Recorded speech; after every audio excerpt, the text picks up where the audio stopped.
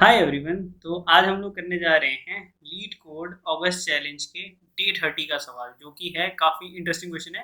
Largest component size by common factor. जल्दी से देखते हैं सवाल क्या है यार। सवाल कहता है given non empty array of unique integers A, consider the following graph. There are A dot length nodes labelled A naught to a dot a of a dot length minus 1. There is an edge between ai and aj if and only if ai and aj share a common factor greater than 1. ठीक है जी। तो सवाल देख लेते हैं, इसको लेके चलते हैं ज़रा यहाँ पे। तो सवाल कुछ इस तरीके का है यार। सवाल मेरा कहता है कि हमारे पास क्या, हमें ग्राफ बनाना है ना। और ग्राफ किस तरीके से बनेगा, तो ये सारी की सारी नोड्स हैं जो हमें इनपुट एरे गिवन है। तो मेरे पास नोड्स क्या क्या हैं, 4 मेरे पास एक नोड है, 6 मेरे पास एक नोड है, 15 मेरे पास एक नोड है, और 35 मेरे पास एक नोड है। तो ग्राफ की नोड्स तो ये हो गई। और इनके बीच में एज कैसे बनेगा, तो एज बनेगा जब इन दोनों के बीच में, किसी भी दो नोड के बीच में एज कब है, जब इनके बीच में कम से कम एक कॉमन फैक्टर है जो कि ग्रेटर देन 1 है। तो 4 और 6 के बीच में 2 एक फैक्टर है, तो 4 और 6 के बीच में एक एज बनेगी। 4 और 15 के बीच में 1 के अलावा कोई कॉमन फैक्टर नहीं है, इसलिए इनके बीच में कोई एज नहीं बनेगी।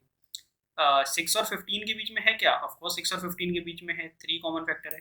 15 और 35 के बीच में है क्या, 5 कॉमन फैक्टर है, तो इनके बीच में एज बनेगी। तो ये बना ग्राफ। अभी इस ग्राफ की अपने को मैक्सिमम मतलब ऐसा हो सकता था ना कि कुछ नोट्स ऐसे होती हैं जो इस ग्राफ में कनेक्ट नहीं हो पाती है। जैसे लेट्स से 13 होता, तो 13 भी अगर इस एरे में होता तो 13 तो नहीं हो पाता कनेक्ट। तो हमें इस तरीके से ग्राफ बनाना है, और उस ग्राफ में से ना लार्जेस्ट कनेक्टेड कंपोनेंट बताना है। जैसे अगर 13 भी होता तो 13 नोड तो होती, बट 13 इनमें से किसी का एज नहीं बना पाता। तो लार्जेस्ट कनेक्टेड कंपोनेंट क्या होता, इस केस में 4 होता। ओरिजिनल केस में 4 है, और 13 अगर हम इंक्लूड कर लें तो भी 4 है। अच्छा, एक दूसरा इंस्टेंस देख लेते हैं। दूसरा एक एग्जांपल मेरे पास यार ये गिवन है मुझे, 20, 59 और 63। इसको ले आते हैं यहाँ पे, तो एजेस बना लेते हैं। इसको मिटाते हैं भाई को, प्यारा प्यारा। तो एजेस बन रही है मेरे पास 20, 59 और 63। तो यार 20 और 50 के बीच में तो मैं जानता हूँ कि 5 कॉमन फैक्टर है, तो इनके बीच में तो एक एज है। 20 और 9 के बीच में नहीं होगा, कोई भी कॉमन फैक्टर नहीं है 1 के अलावा। 9 और 50 के बीच में भी नहीं है। 9 और 63 के बीच में 3 है। तो यहाँ है ना दो ग्राफ, दो दो डिस्कनेक्टेड ग्राफ्स बने, मतलब पूरे को एक ग्राफ भी कहोगे तो भी दो डिस्कनेक्टेड कंपोनेंट्स हैं, है ना। तो दो कंपोनेंट्स है अपने पास, जिसमें से किसी भी एक कनेक्टेड कंपोनेंट की मैक्सिमम साइज क्या है इन टर्म्स ऑफ नोड्स, तो 2 है। तो इसका भी आंसर 2 है। ऐसे ही यार एक और एग्जांपल दिया हुआ है अपने को, ऐसा बड़ा बड़ा सा है। तो यार इसको भी देख लेते हैं, ये थोड़ा कुछ अच्छा सा लग रहा है एग्जांपल, लगता है इससे कुछ नई इनसाइट मिली हमें। तो इसको तो देते हैं मिटा, इसको करते हैं जी डिलीट, इस वाले को डिलीट कर देते हैं। यहाँ पे किया पेस्ट, और ज़रा बनाते हैं जल्दी से। देखेंगे तो हमारे पास है एज 2 और फिर एज 3। तो 2 और 3 के बीच में तो कोई कनेक्शन नहीं आने वाला। फिर आता है 6। अब यार ध्यान देने वाली बात क्या है कि 2 और 6, ठीक है, इन दोनों के बीच में कॉमन फैक्टर है जो कि क्या है, 2 है। और 3 और 6 इनके बीच में कॉमन फैक्टर क्या है, जो 3 है। तो अब क्या हुआ, 2 और 3 भी आपस में कनेक्टेड हो गए, डिस्पाइट ऑफ द फैक्ट कि यार 2 और 3 के बीच में कोई कॉमन डिवीजन नहीं है ना। लेकिन क्योंकि 2 और 3, क्योंकि ग्राफ में एक ऐसा एलिमेंट था जो एक कॉमन फैक्टर रखता था 2 और 3 दोनों के साथ, तो 2 और 3 डायरेक्ट कनेक्ट ना होते हुए भी एक ग्राफ के पार्ट पे आ गए, है ना। तो यार ये चीज़ मुझे दिखानी थी। इनफैक्ट क्या होगा, इस ग्राफ में आगे 21 है, तो 21 और 3 शेयर करते हैं कॉमन फैक्टर क्योंकि 3 है। और 6 और 21 भी शेयर करते हैं, तो ये इन दोनों से कनेक्टेड होगा ही। और 7 क्योंकि 21 से कनेक्टेड होगा, तो 7 जो कि 2 और 3 से कनेक्ट नहीं होना चाहिए था, वो भी कनेक्ट हो गया। तो ऐसा सा है यार। तो यही करना है अपने आप को। मैक्सिमम एरे की लेंथ हमें 2000 गिवन है, 20,000 गिवन है। और मैक्सिमम को एलिमेंट जो होगा वो 1, 10, 100,000, 10,000, 1 लाख साइज का होगा। ठीक है जी। तो करने बैठेंगे यार। तो ये ना ग्राफ में मतलब मुझे क्या करना है, मुझे कनेक्टेड कंपोनेंट्स काउंट करने हैं। तो मुझे लग रहा है कि यार डिसजॉइंट सेट्स यूज करना सही रहेगा, है ना। डिसजॉइंट सेट क्या करेगा, वो क्या करेगा, जो बंदे सेम सेट में होंगे। देखो ये सवाल कुछ ऐसा है ना, अपर व्यू सोचते हैं, सब भूल जाते हैं। मान लिया आपको डिसजॉइंट सेट नहीं पता, क्या सोच रहा हूँ यार, कि मैं ऐसे सोचता हूँ कि यार मुझे क्या करना है, मुझे सेट्स बनाने हैं ना अलग अलग। मतलब होगा क्या, जो सारे बंदे एक ग्राफ में आ पाएंगे, एक साथ कनेक्ट हो पाएंगे, वो एक सेट बनाएंगे। जो सारे बंदे एक साथ आ पा रहे होंगे वो एक सेट बनाएंगे। जैसे 13 और होता है यहाँ पे, ठीक है। तो 13 क्या करता, एक अलग सेट बनाता। और ये बाकी के सारे एलिमेंट्स जो एक साथ कनेक्ट हो पाए, ये क्या करते हैं, एक अलग सेट बनाते हैं ना। तो जिसमें सेट्स में डिवीजन टाइप का कुछ करना है, वहाँ पे हम डिसजॉइंट सेट यूज कर लेते हैं। जिसको डिसजॉइंट सेट नहीं पता यार, उसके लिए यार एक अलग वीडियो बनाऊंगा डिसजॉइंट सेट के ऊपर। इसमें बस हल्का सा आइडिया दे देता हूँ, ठीक है। एक क्विक रिवीजन टाइप का, डिसजॉइंट सेट क्या करते हैं। तो डिसजॉइंट सेट कुछ इस तरीके से काम करते हैं यार, कि मान लिया कि मेरे पास सेट के एलिमेंट्स थे 2, 5, 6, 7, 9। तो ट्री बेस्ड स्ट्रक्चर होता है डिसजॉइंट सेट का। मान लिया 2 और 5 सेम सेट के एलिमेंट थे, तो हम क्या करते हैं, डिसजॉइंट सेट में हमारे पास ऑपरेशंस होते हैं, famous famous operations, find set और यूनियन सेट। ठीक है, अपर व्यू दे रहा हूँ यार डिसजॉइंट सेट का, पूरा डीप में नहीं पढ़ा रहा, बस एक अपर आइडिया दे रहा हूँ। जिसको नहीं भी पता है यहाँ से उसको आइडिया लग जाएगा। तो मान लिया मेरे पास एलिमेंट्स होते हैं 2, 5, 6, 7, 9, ठीक है। तो दो ऑपरेशंस होते हैं हमारे पास डिसजॉइंट सेट में, फाइंड सेट और यूनियन सेट। फाइंड सेट मुझे बताता है ना कि यार कोई भी एलिमेंट किस सेट से बिलोंग कर रहा है, और यूनियन सेट क्या करता है, दो सेट को मिलाने का काम करता है। जैसे इनिशियली मान लिया मेरे 2, 5, 6, 7, 9 सब अलग अलग सेट में थे। अब मैंने डिसाइड किया 2 और 5 सेम सेट में आने चाहिए, तो क्या होगा ना कि 5 जो होगा वो अपना पेरेंट बना लेगा 2 को, ठीक है। अभी फिर हमने डिसाइड किया कि यार 6 भी जो है ना, 6 भी इसी सेट का मेंबर है। तो 6 क्या तो 5 को पॉइंट कर सकता है, तो 2 को पॉइंट कर सकता है। अगर 6 5 को भी पॉइंट कर रहा है, तो भी अल्टीमेट पेरेंट कौन है, अल्टीमेट पेरेंट तो 2 ही है ना। तो जब भी पूछा जाएगा कि यार 6 किस सेट का मेंबर है, तो 6 कभी 5 आंसर नहीं करेगा, 6 हमेशा 2 आंसर करेगा। मतलब ट्री कितना भी बड़ा हो सकता है, लेकिन किसी भी नोड से जब पूछा जाएगा तुम किस सेट के एलिमेंट हो, तो वो अपने लीडर को बताएगा। और लीडर कौन होगा, जो रूट लेवल पे एलिमेंट होगा, ठीक है। सेम तरीके से मान लिया 7 और 9 एक अलग सेट के एलिमेंट थे, तो 7 और 9 अलग आ जाएंगे। क्या किया मैंने, एक अलग सिनेरियो कंसिडर किया है ना डिसजॉइंट सेट समझाने के लिए। डिसजॉइंट सेट क्या है, कुछ क्या हम सेट्स को एसोसिएट करने के लिए यूज करते हैं। दो तरह के ऑपरेशन होते हैं हमारे पास, फाइंड सेट और यूनियन सेट। फाइंड सेट क्या करता है, मुझे ग्रुप के लीडर के बारे में बता देता है। तो मतलब ये ग्राफ है, इसमें मैं 5 से पूछूंगा कि भाई तू किस सेट का एलिमेंट है, वो भी 2 रिटर्न करेगा। 6 भी 2 रिटर्न करेगा, 6 5 नहीं रिटर्न करेगा, ठीक है। कैसे स्टोर करेंगे कोड वगैरह नहीं डिस्कस करेंगे अभी इस सवाल के लिए इस वीडियो में। इन द सेम वे जब 9 से पूछूंगा भैया तेरा पेरेंट कौन है, तो 9 तो बता, तू किस सेट का एलिमेंट है, तो 9 मुझे 7 रिटर्न करेगा। तो मुझे पता करना है 6 और 9 सेम सेट के हैं या नहीं। तो क्या करना पड़ेगा, बस मैं 6 और 9 से पूछूंगा कि बता दो यार तुम किस सेट के एलिमेंट हो। तो 6 अपने अल्टीमेट पेरेंट का नाम बताएगा जो कि है 2, 9 अपने अल्टीमेट पेरेंट का नाम बताएगा जो कि 7। दोनों अलग अलग है, तो इसका मतलब दोनों अलग अलग सेट के हैं। तो फाइंड सेट क्या करता है, मुझे बताता है कि यार कौन से सेट का ये नोड है। यूनियन सेट क्या करता है, दो सेट्स को मिलाता है। लेट्स से मुझे इन दोनों सेट को मिलाना होता, तो क्या करना होता, कुछ नहीं, बस 7 उठा करके सीधा 2 को, 6 को, 5 को किसी को पॉइंट करा दो। क्योंकि जैसे ही 7 ने 2 को पॉइंट करने लगा, अब मैं 9 से पूछूंगा कि भैया तू किस सेट का एलिमेंट है, तो अगेन वो अपना सबसे अल्टीमेटेस्ट पेरेंट बताएगा जो कि अगेन कौन है, 2 है। अच्छा, अगर मैं 7 यहाँ नहीं जोड़ के 7 यहाँ पे जोड़ता 5 पे, तो भी अगर मैं 9 या 7 से पूछता कि तुम्हारा पेरेंट कौन है, तो अल्टीमेट पेरेंट तो अभी भी 2 ही रहा ना। तो यार कौन चीज़ कहाँ पे जाके जुड़ती है, कैसे जुड़ती है, कोड का डिस्कशन नहीं करेंगे कि 5 पे जोड़ना अच्छा होता है या 2 पे जोड़ना अच्छा होता है। बस अभी के लिए मान लेते हैं डिसजॉइंट सेट ऐसा करता है, सेट्स बनाता है, दो ऑपरेशन देता है, फाइंड सेट और यूनियन सेट। फाइंड सेट क्या करता है, मुझे अल्टीमेट पेरेंट बताता है। यूनियन सेट क्या करता है, मेरे पास दो सेट्स को जोड़ देता है। ये मुझे पता है, इतना मुझे समझ आ गया। अच्छा यार, इन दोनों चीज़ों की कॉम्प्लेक्सिटी ना ओवन होती है। फाइंड सेट की तो, ठीक है, फाइंड सेट की तो ओवन ही होती है, ठीक है। अमोर्टाइज्ड ओवन, अमोर्टाइज्ड ओवन का क्या मतलब है, अमोर्टाइज्ड कॉम्प्लेक्सिटी कभी भी का क्या मतलब होता है, अमोर्टाइज्ड। इसका मतलब होता है कि यार बहुत अमोर्टाइज्ड ओवन का मतलब है कि बहुत सारे, मतलब जैसे मान लो हुआ क्या ना कि बहुत सारी बार तो कांस्टेंट ही टाइम हुआ, और एक बार थोड़ा बहुत कांस्टेंट ही काम हुआ, और एक बार बहुत ज़्यादा हो गया, तो इसको हम ओवरऑल कांस्टेंट ही कंसिडर कर लेते हैं। जैसे मान लो कि मुझे, ठीक है, मान लो कि मुझे 90 दिन तक मुझे 91 डेज काम करना पड़ता है, ठीक है। 91 डेज की मेरी एक साइकिल बनती है काम करने की, जिसमें 90 डेज जो होता है ना, मुझे ओवन यूनिट ऑफ काम करना पड़ता है, और 91th डे थोड़ा ज़्यादा काम करना पड़ता है उस 90 डे के काम को मैनेज करने के लिए। तो इसको ओवरऑल हम कॉन्स्टेंट काम ही मानते हैं, है ना। इस चीज़ को अमोर्टाइज ओवन कहते हैं अपन। अच्छा, और यूनियन सेट, यूनियन करना तो हमने देख लिया कि यार बहुत रद्दी सा काम है, सीधा पॉइंटर चेंज करना है, तो ऑफकोर्स ओवन है। तो डिसजॉइंट सेट्स को अपन ओवन में ही कंसिडर करते हैं, मतलब कॉन्स्टेंट टाइम में ही कंसिडर करते हैं। तो ये समझ आ गया कि डिसजॉइंट सेट क्या होता है। अभी आ जाते हैं ओरिजिनल सवाल पे वापस। तो ये सब मिटा देता हूँ सारा कूड़ा। अभी हम कैसे करेंगे इस सवाल को, ये सोचते हैं हम कैसे अप्रोच करेंगे। तो यार चाहूंगा कि वीडियो पॉज करो और थोड़ा सा थॉट दो कि तुम कैसे करोगे इस सवाल को।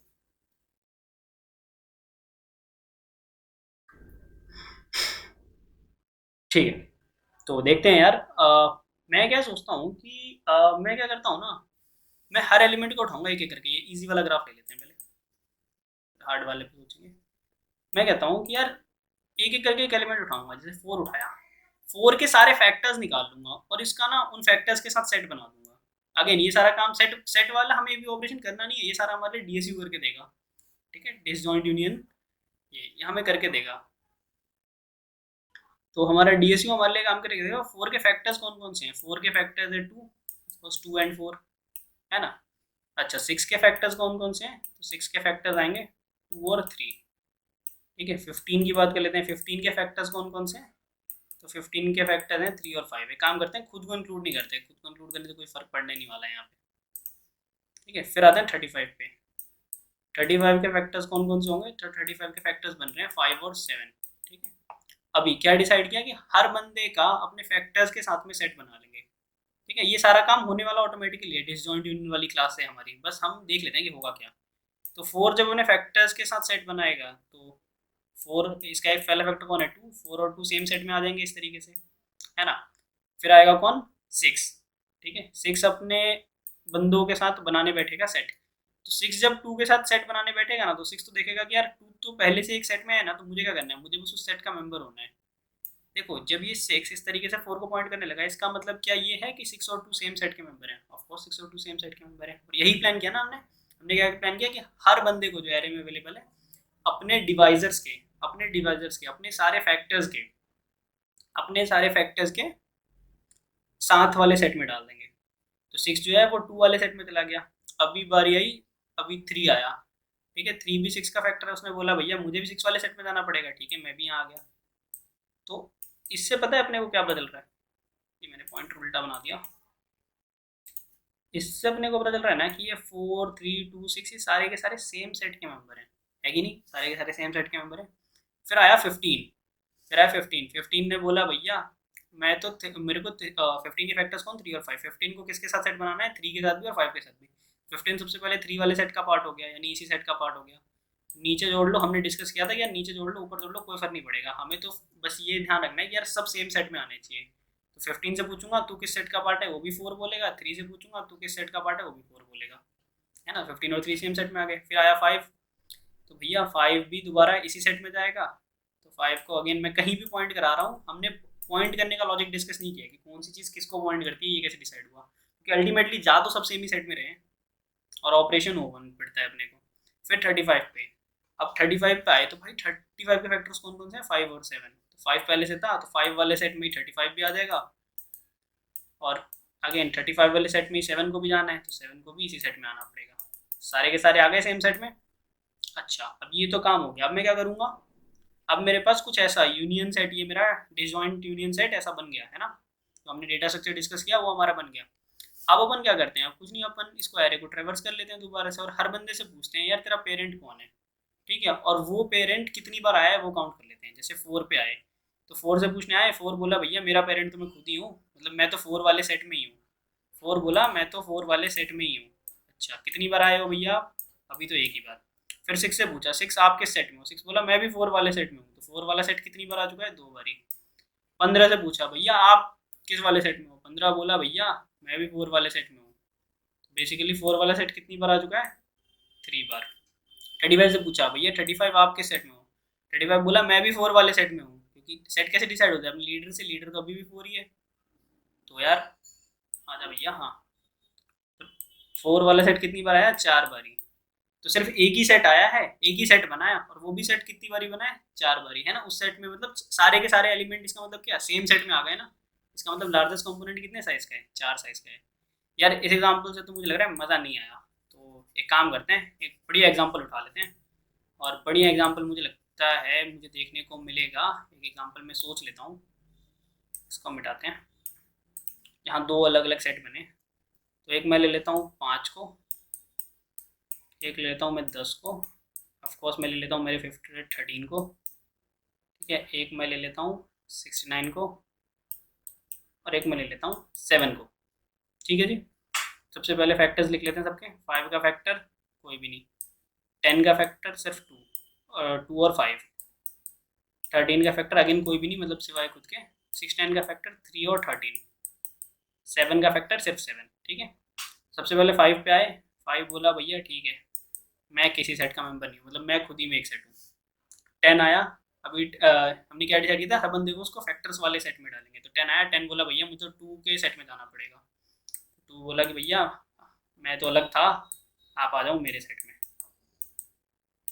फिर 10 क्या बोला कि यार मेरा एक फैक्टर 5 भी है, मुझे 2 के सेट में जाना था, वो तो मैं चला गया। और 10 बोला मुझे 5 के सेट में भी जाना है, तो अल्टीमेटली सारे बंदों को 5 के सेट में जाना पड़ेगा। ये आ गए यहाँ पे ऐसे पॉइंट करते हुए, देख रहे हो ये सारे के सारे सेम सेट में आ गए।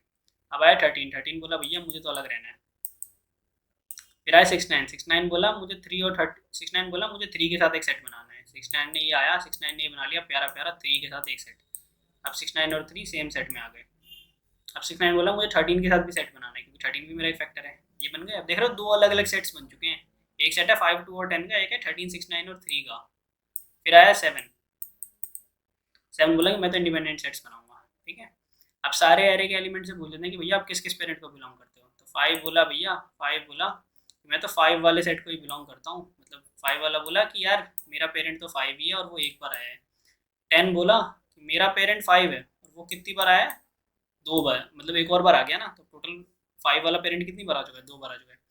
13 से पूछा, 13 बोला मेरा पेरेंट तो 13 ही है, तो 13 पेरेंट अब तक एक बार आ चुका है। फिर आया 69, 69 बोला यार मेरा पेरेंट तो, ग्राफ से पूछा उसने अपने हमारे स्ट्रक्चर से DSU से, मैं बोला कि यार मेरा पेरेंट तो 13 है और 13 एक अब टोटल कितनी बार आ चुका है, 2 बार ही। फिर आए 7 पे, 7 बोला यार मेरा पेरेंट तो मैं खुद ही हूँ और मैं कितनी बार आया हूँ और वो पेरेंट कितनी बार आया, एक बार ही।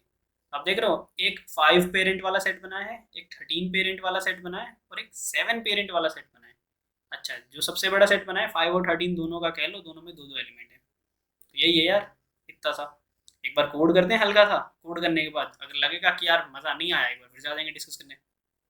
ये आ गया, मैं ये आ गया लीड कोड की वेबसाइट पे। यही 4 स्टेप्स हैं। DSU वाली क्लास यार मैंने लिख रखी है, मैं लिखने नहीं वाला हूँ DSU वाली क्लास, उसके लिए अगेन एक अलग वीडियो बनाऊंगा, क्योंकि वो टोटल एक अलग कॉन्सेप्ट है। DSU बस इसमें यूज़ करना है अपने को। तो सबसे पहले यार क्या कर लेते हैं, मतलब इस एरे का सबसे बड़ा एलिमेंट कौन है, 35 है ना, मतलब इस एरे का सबसे बड़ा एलिमेंट 35 है ना, तो 35 साइज का DSU बना लेते हैं, ताकि जब मैं 6 को ढूंढने बैठूँ तो 6 पहले से पढ़ाओ, 15 को ढूंढने बैठूँ तो 15 पहले से पढ़ाओ। बेसिकली होगा क्या, मैं 35 बना लूंगा ना, तो 1 2 3 ये सारे के सारे पड़े होंगे पहले से DSU में, और सबका पेरेंट कौन होंगे, सब अपने खुद के पेरेंट होंगे। फिर जब 6 बारी आएगी है ना, मतलब इस तरीके से, जैसे 4 और 6 के लिए देखूँ तो 1 2 3 4 5 6 ये सब पहले से पड़े होंगे। 4 के फैक्टर्स कौन होंगे, 2, तो 2 के पेरेंट को हम बदल के सीधा बस 4 बना देंगे। फिर 6 आएगा, 6 के फैक्टर्स कौन होंगे, 2 और 3, तो 6 के फैक्टर्स 2 होंगे, तो 2 का पेरेंट 6 के फैक्टर्स होंगे 2 और 3। हमने क्या डिसाइड किया था, हर बंदे को अपने फैक्टर्स वाले सेट में डालना है। तो 6 का फैक्टर है 2, मतलब 2 और 6 को सेम सेट में डालना है। 2 बोला मैं तो 4 वाले सेट में हूँ, पहले इसको भेजो 6 वाले सेट में, फिर 3 भी आ जाएगा 6 वाले सेट में, जैसा हमने डिस्कस किया था। तो इसलिए मैं एक बड़ा यूनियन सेट बना ले रहा हूँ। तो सबसे पहले मैक्सिमम साइज निकाल लेता हूँ, तो int max element is equal to integer dot min underscore value, for loop चला लेते हैं, और int I equal to 0, I is less than a dot length and I plus plus, max element is equal to math dot max max element comma what a of I। तो ये मुझे सबसे बड़ा element मिल गया। अब इस सबसे बड़े एलिमेंट से DSU इनिशियलाइज कर लेता हूँ, तो DSU क्लास है उसका एक ऑब्जेक्ट बना लेता हूँ, DSU is equal to new DSU। काम करते हैं सेफ साइड के लिए एक बड़े साइज का बना लेते हैं, मैक्स एलिमेंट +1, ये बना लिया। अब क्या बात हुई भैया कि अब हर बंदे को, जितने भी बंदे एरे में प्रेजेंट है, जैसे एरे में प्रेजेंट है 5 10 13 6 9 7, क्या करो 5 का सेट बना दो इसके फैक्टर्स के साथ, 10 का सेट बना दो इसके फैक्टर्स के साथ, 2 और 5 के साथ, है ना, 13 का सेट बना दो इसके फैक्टर्स के साथ। यही डील हुई थी, कर लेते हैं यार। तो फॉर इंट वैल ऑफ ए, सबसे पहले फैक्टर्स कैसे निकालते हैं, वैल में क्या आ गया, सबसे पहले मान लो वैल में मेरे पास 10 आ गया, इसके फैक्टर्स निकालोगे कैसे, तो इसके स्क्वायर रूट तक जाते हैं हम, यही करते हैं, स्क्वायर रूट तक जाते हैं। मतलब देखो ना, 10 के फैक्टर्स निकालने हैं, या थोड़ा बड़ा अच्छा नंबर ले लेते हैं, मान लो 15 के फैक्टर्स निकालने हैं, 50 इनफैक्ट 100 के फैक्टर्स निकालते हैं। चलो 100 के फैक्टर्स हैं क्या, 1 इंटू 100, इसके अलावा 2 into 50, 4 into 25, 5 into 20 and what 10 into 10। तो ये वाले सारे फैक्टर्स देखो, ये वाले सारे फैक्टर्स किसी भी नंबर के, ठीक है, left half of the factors, left half of the factors, ये सारे इस रूट एन तक मिल गए ना, मतलब 100 के जितने फैक्टर्स होंगे उसमें से आधे फैक्टर्स रूट एन तक मिल जाएंगे ना मुझे। तो मैं क्या करता हूँ, मैं सिर्फ रूट एन तक लूप चलाता हूँ। अगर ये बंदा डिवाइड कर रहा है तो दूसरा बंदा तो मैं निकाल ही लूँगा। जैसे मैं क्या कह रहा हूँ, मैं कह रहा हूँ एक लूप चलाते हैं for int I equal to 2, क्योंकि मुझे फैक्टर सिर्फ 2 से चाहिए, 2 से छोटे वाला फैक्टर मुझे चाहिए नहीं। I is less than equal to math dot SQRT of val and i plus plus, ठीक है। ये क्या करेगा, ये आई की सारी पॉसिबल, मतलब 100 के लिए कहाँ से कहाँ तक चलेगा, 100 के लिए चलेगा, 100 के लिए चलेगा 2 से 10 तक, है ना। तो 2 से 10 तक मतलब ये वाले सारे नंबर मुझे मिल जाएंगे। और मैं ये इसमें से वो सिर्फ 2 4 5 10 को एक्सट्रैक्ट कैसे करूँगा, तो if val percentage I double equals to 0 है, मतलब यार ये बंदा तो फैक्टर है, तो 2 मिल गया, 50 कैसे निकालूंगा, अगर मेरे को 2 पता है, 100 का एक फैक्टर 2 है, तो इसका पार्टनर कैसे निकलेगा 50, वेल डिवाइड बाय आई। तो काफ़ी बढ़िया भाई। तो हमने क्या डिसाइड किया, DSU डॉट हमने डिसाइड किया था यूनियन सेट बना लेंगे। यूनियन सेट किसके किसके बीच में, आई और वेल के बीच में। DSU डॉट यूनियन सेट बना लेंगे val comma val divide by i के बीच में। यही डिसाइड हुआ था कि भैया जैसे 100 के लिए बात करें तो 100 के सारे फैक्टर्स क्या क्या हैं, 100 के सारे फैक्टर हैं 2 4 5 एंड 10, सारे के सारे मिल जाएंगे मुझे। इसके अलावा 25 20 50 है ना। तो लूप कहाँ से कहाँ तक चलेगा, लूप मुझे 10 तक चलेगा, तो 2 4 5 10 के लिए वाली कंडीशन सेटिस्फाई होगी कि value percentage I double equals to 0 है, ठीक है। और 2 का पार्टनर क्या मिलना है 50, वो कैसे मिल जाएगा मुझे, वेल डिवाइड बाय आई से। क्या डिसाइड किया था, 100 भैया सेम सेट में आना चाहिए 2 के भी, 100 सेम सेट में आना चाहिए 4 के भी, 100 सेम सेट में आना चाहिए 5 के भी। ये सारी चीज़ें हमने मतलब क्या किया हमने, सारे फैक्टर्स निकाले, मतलब वेल का एक फैक्टर आई है, दूसरा फैक्टर वेल डिवाइड बाय आई है ना। और इन तीनों को हमने सेम सेट में डाल दिया। मतलब 100 का अगर फैक्टर, 100 का एक फैक्टर 2,50 है ना, तो 100 और 2 भी सेम सेट में आने चाहिए, 100 और 50 भी सेम सेट में आने चाहिए, वो हमने यहाँ पे एश्योर कर लिया। ठीक है जी। तो ये तो प्यारा प्यारा काम हो गया। अब क्या बात हुई थी कि यार अब चेक कर लो कि कौन से सेट लीडर्स कितनी कितनी बार आए हैं। जब एक बार आपने सबको सेम सेट में डाल लिया तो हर बंदे से जाके पूछो यार कि यार तुम्हारा लीडर कौन है और कौन सा लीडर सबसे ज़्यादा बारी आया है, ये एक हैश मैप में स्टोर कर लेते हैं। तो hash map of integer versus integer बना लेते हैं। Hash map equal to new hash map for int value of क्या नाम है रहेगा ए। ठीक है जी। तो पेरेंट निकालते हैं, int parent parent value is equal to find set DSU dot find set. हर बंदे से पूछेंगे कि बताओ यार तुम्हारा पेरेंट कौन है, तो इसने बताया भैया हमारा पेरेंट तो कोई एक्स, ये पेरेंट वैल्यू नाम का बंदा है। हम कहेंगे हैश मैप में भैया डाल दो पेरेंट वैल्यू के कॉरस्पॉन्डिंग। ये लाइन क्या कर रही थी, ये लाइन जितने भी मतलब जितने भी हमारे पास एरे के एलिमेंट्स हैं उन सबके पेरेंट्स फाइंड करेगी। अगर वो पेरेंट पहले आ चुका है तो उसकी प्रीवियस वैल्यू में एक जोड़ देगी, नहीं आया हुआ तो क्या करेगी वहाँ पे 1 डाल देगी अगर फर्स्ट टाइम आ रहा है तो। ठीक है जी। अब हमें क्या करना है, जितने भी सेट लीडर्स आए हैं, जितने भी एरे के एलिमेंट्स के लिए जो जो पेरेंट्स आए हैं उसमें से जो सा पेरेंट सबसे ज़्यादा बारी आया है, इसका मतलब क्या कि एरे के उतने सारे एलिमेंट्स उस पेरेंट के अंदर आ रहे थे ना, यानी वो सारे के सारे सेम सेट में थे। देख लेते हैं, int max is equal to again integer dot min underscore value. ये वाला एरे ऐसे ही प्यार से कॉपी पेस्ट करूँगा, ये वाला लूप उठाया इधर इधर मारा पेस्ट, इसमें वही पेरेंट वैल्यू फाइंड कर दी और इस लाइन को उठाते हैं, इसकी जगह पे लिख देते हैं H map dot max is equal to math dot max parent value sorry max comma hmap dot get parent value. मतलब सारे एलिमेंट्स के लिए पेरेंट्स एक एक बार पूछे, वापस सारे एलिमेंट्स से पूछेगा यार कि यार तुम्हारे पेरेंट्स कौन कौन से थे, और उनमें से जौन से पेरेंट के अंडर सबसे ज़्यादा बंदे होंगे वो मैक्स में स्टोर हो जाएगा। आखिरी में क्या कर लेते हैं, प्यारा प्यारा मैक्स रिटर्न कर देते हैं। तो देख लेते हैं जी रन करके क्या हमने सही किया है। फिर दिखा लेते हैं कोड पर नज़र। इधर सबसे पहले क्या मैक्सिमम एलिमेंट फाइंड, उसके बाद क्या किया, हर एलिमेंट को उसके फैक्टर्स वाले के साथ सेम सेट में डाल दिया। ये किया हमने स्टेप 2 में। स्टेप 3 में हैश मैप में कंपाइलेशन एरर है। अच्छा max element is equal to कहीं पे टाइप हुआ है, ओके अच्छा यहाँ पे लगाते हैं सेमीकोलन, दोबारा करते हैं रन। थर्ड स्टेप में क्या किया हमने, थर्ड स्टेप में वापस सारे के सारे एलिमेंट्स पे रन किए। हर एलिमेंट से पूछा यार बताओ तुम्हारा पेरेंट कौन है, डीएसयू से हमने फाइंड आउट किया कि यार उस बंदे का पेरेंट कौन है, और उस पेरेंट के सामने अगर वो पेरेंट पहले से किसी और का भी पेरेंट था तो +1 कर दिया, वरना पहली बार में 1 डाल दिया। बेसिकली क्या यहाँ से हुआ देख लेते हैं, compilation error and teacher dot मिन। अच्छा मिन का आई बड़ा होता है ना, ओहो यहाँ पे पता नहीं चलता ना, थोड़ा बहुत लिखते लिखते हो जाती हैं हल्की गलतियाँ। होप इस बार सब ठीक हो। तो ये तो आ गया। हाँ तो मैं क्या कह रहा था, जैसे मान लेते हैं कि मेरे पास एरे था और एरे में यहाँ पे जाते हैं, एरे में एरे के एलिमेंट्स थे 5 4 6 9 कुछ कुछ है ना।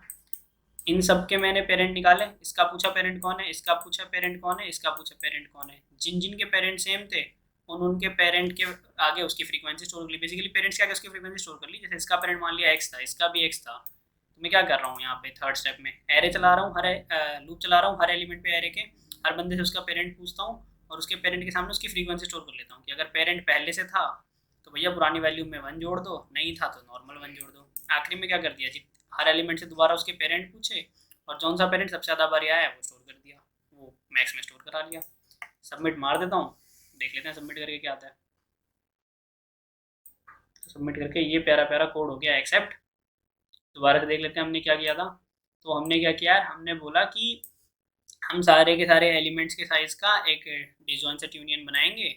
उसमें से क्या करेंगे, हर बंदे को अपने फैक्टर्स के साथ स्टोर करेंगे। तो लेट्स से अगर मेरे पास एरे के एलिमेंट्स थे, अगर मेरे पास एरे के एलिमेंट्स पड़े थे 5 10 15, ठीक है 8 ले लेते हैं, और इसके अलावा स्टोर कर लेता हूँ 13, और 13 स्टोर कर लेता हूँ, 13 13 13, और मान लो 7 भी स्टोर कर लेता हूँ। ठीक है सबसे पहले आएगा 5, 5 के फैक्टर्स कोई भी नहीं, मतलब ऑफकोर्स खुद और 1 के अलावा। फिर आएगा 10, 10 के फैक्टर्स होंगे कौन से, 2 और 5। तो इसका मतलब 10 को उस सेट में डालना है जिसमें 2 है, तो 2 तो अभी तक आया ही नहीं है, तो 2 अपना खुद का एक इंडिपेंडेंट सेट बनाए हुए बैठा है, और 2 के ही सेट में कौन आ जाएगा, 10 आ जाएगा। फिर 10 के साथ कौन आया, 5 आया, तो इसका मतलब क्या कि 10 जिस सेट में है ना वो सेट 5 पे भी पॉइंट करना चाहिए, मतलब वो 5 भी सेम सेट में होना चाहिए। जब इसका मतलब दोबारा से समझाने की कोशिश करता हूँ, मुझे लग रहा था कि पीछे कुछ मिस हो गया है, तो एक बार हल्का सा समझने की कोशिश करेंगे कि यार 10 के फैक्टर्स कौन है, 2 और 5। इसका मतलब 10 को 2 वाले सेट में भी डालना है और 5 वाले सेट में भी डालना है। तो 2 तो पहले से कोई सेट बना के बैठा नहीं था, तो 2 तो इंडिपेंडेंट सेट था, 2 के सेट में तो 10 चला गया। अभी जब 10 का फैक्टर 5 आया तो ये 10 जिस सेट में था वो सेट 5 से भी जुड़ा होना चाहिए ना। इसलिए ऐसा नहीं होगा कि अब दिमाग में ना मतलब ये आता है कि ऐसा हो कि यार अलग से मैं क्या करूं, अलग से 5 बनाऊं, सॉरी अलग से 10 बनाऊं और उसको 5 पे पॉइंट करा दूं, ऐसा नहीं ना, 10 तो एक ही है ना। और इसका मतलब क्या है कि 10 के फैक्टर 2 और 5 है, तो 10 यार 2 वाले सेट में भी होना चाहिए और 5 वाले सेट में भी होना चाहिए। तो इसका क्या तरीका है, एक बंदा 2 सेट में कैसे हो सकता है, दोनों जब वो पूरा सेट ही कंबाइंड हो, है ना, एक बंदा 2 अलग अलग सेट में तो नहीं डाल सकते हम। तो हमने क्या किया, 10 को 2 के सेट में दे दिया और 10 को 5 के भी सेट में दे दिया, चाहे ऐसे करके दे लो, सॉरी चाहे ऐसे करके दे लो, है ना। तो 10 2 के सेट में आ गया, और 10 का अल्टीमेट पेरेंट अब कौन है, 5 है, तो 10 का अल्टीमेट पेरेंट 5 है, इसका मतलब 10 और 5 सेम सेट में है। ठीक है 2 का भी अल्टीमेट पेरेंट 5 है, इसका मतलब 2 भी उसी सेट में है जिस सेट में 5 है ना। तो इस तरीके से तीनों के तीनों सेम सेट में आ गए। अब 5 5 के 5 15 15 के फैक्टर्स कौन है, 3 और 5। अभी 3 भी उसी सेट में जाएगा, 15 किस सेट में जाएगा, जिस सेट में 3 पड़ा है, तो 3 सेट तो अभी तक अकेला पड़ा था, तो 15 को तो डाल दिया 3 के सेट में। ठीक है। अब 15 का एक फैक्टर 5, तो 15 वाला सेट जो है ना वो 5 वाले सेट से कनेक्टेड होना चाहिए, है कि नहीं। तो इस तरीके से अल्टीमेटली हुआ गया कि 3 भी उस सेट में आ गया जिस सेट में 5 था और जिस सेट में 10 था। ठीक है जी। Same goes for 8। 8 के लिए आया, 8 के फैक्टर्स कौन कौन से होंगे, 8 के फैक्टर्स मुझे नजर आते हैं 2 और 4। तो 8 को 2 वाले सेट में डालना था, यानी इसी सेट में डालना था, चला गया 8 इस सेट में। 4 को भी इसी सेट में डालना था, 4 भी चला गया इस सेट में। 13 अपना भैया इंडिपेंडेंट सेट बनाएगा, कोई फैक्टर्स नहीं। 7 अपना इंडिपेंडेंट सेट बनाएगा। ये वाला काम तो हमने कहाँ तक वाला काम कर लिया, ये वाला काम तो हमने यहाँ तक वाला कर लिया कि भैया सारे फैक्टर्स के साथ सेम सेट में डाल दिया, है ना। ये इस तरीके से हम जिनको नहीं पता वो देख लो यार, फैक्टर्स ऐसे ही निकालते हैं। क्या करते हैं, स्क्वायर रूट तक जाते हैं। स्क्वायर रूट तक हमें दो दो के पेयर में फैक्टर्स बनते हैं ना। जैसे 100 के लिए फैक्टर क्या बनेगा, 2 × 50 बनेगा। तो 2 तो मुझे यहाँ से मिल जाएगा, ठीक है। और जब 100 को 2 से डिवाइड कर दूंगा तो 50 मिल जाएगा। तो हम सिर्फ स्क्वायर रूट तक जाते हैं। स्क्वायर रूट तक first half of the factor मिल जाता है, सेकंड हाफ हम ओरिजिनल वैल्यू में डिवाइड करके निकाल लेते हैं। तो सारे फैक्टर्स भी निकाल लिए। अभी थर्ड स्टेप पे आते हैं। थर्ड स्टेप क्या कहता था भैया कि हर एलिमेंट से पूछो उसका पेरेंट कौन है और उसकी फ्रीक्वेंसी स्टोर कर लो। यार 5 से पूछा 5 का पेरेंट कौन है, 5 बोला भैया मैं तो अपना खुद का पेरेंट हूँ। तो ये पेरेंट कितनी बार आया, एक बारी। 10 से पूछा भैया तुम्हारा पेरेंट कौन है, 10 बोला यार मेरा भी तो पेरेंट यानी कौन सा सेट में हो। तो 10 बोला यार मैं भी 5 वाले सेट में हूँ। तो 5 वाला सेट कितनी बार आ चुका है, 2 बारी। 15 से पूछा, 15 बोला यार मैं भी घूम फिर के 5 के सेट में ही आता हूँ। तो 5 वाला सेट 3 बार आ चुका है। 8 से पूछा, ठीक है, तो 8 बोला यार मैं भी घूम फिर के 5 वाले सेट में ही आता हूँ। 5 वाला सेट 4 बार ही आ चुका है। मतलब ये चारों के चारों बंदे सेम लीडर के अंडर है ना। सेम लीडर, जो कि कौन सा लीडर है, 5। यानी 5 वाला पेरेंट 4 बार क्यों आया है, क्योंकि ये सारे के सारे 5 वाले सेट में। फिर आता है 13 बोला भैया मैं अपना पेरेंट खुद हूँ, मैं 13 नाम के लीडर के सेट में हूँ और उस सेट में ऑफकोर्स एक ही बंदा है। ठीक है, फर्स्ट टाइम आया हैश मैप में तो 1 स्टोर कर देंगे। 7 के सामने भी अल्टीमेटली लिया हुआ 1 स्टोर हुआ। फिर हमने दोबारा इन सब पे लूप चलाया, इनके पेरेंट्स निकाले। बेसिकली इन चारों ने तो 5 5 5 ही दिया होगा, तो पता चल गया कि यार 5 5 वाला जो पेरेंट है उसके अंदर 4 बंदे हैं एरे में से। 13 और 7 के अंदर एक एक बंदा है, तो इसलिए 5 रिटर्न हो गया होगा। ये करती है प्यारा प्यारा सबमिट। यही था यार हमारा कोड, डिसजॉइंट सेट यूनियन। जिसको समझना है भाई उसके लिए एक अलग वीडियो बनाऊंगा अभी, क्योंकि ये तो सवाल के लिए डेडिकेटेड था ये वाली वीडियो। होप आप लोग यार चैलेंज कर रहे हो। आज डे 30 है, कल एक लास्ट चैलेंज बचा है इस मंथ का। फिर अगर सितंबर चैलेंज आया तो सितंबर चैलेंज करेंगे। ठीक है गाइस, होप आपने वीडियो लाइक किया, शेयर किया, सब्सक्राइब किया चैनल को।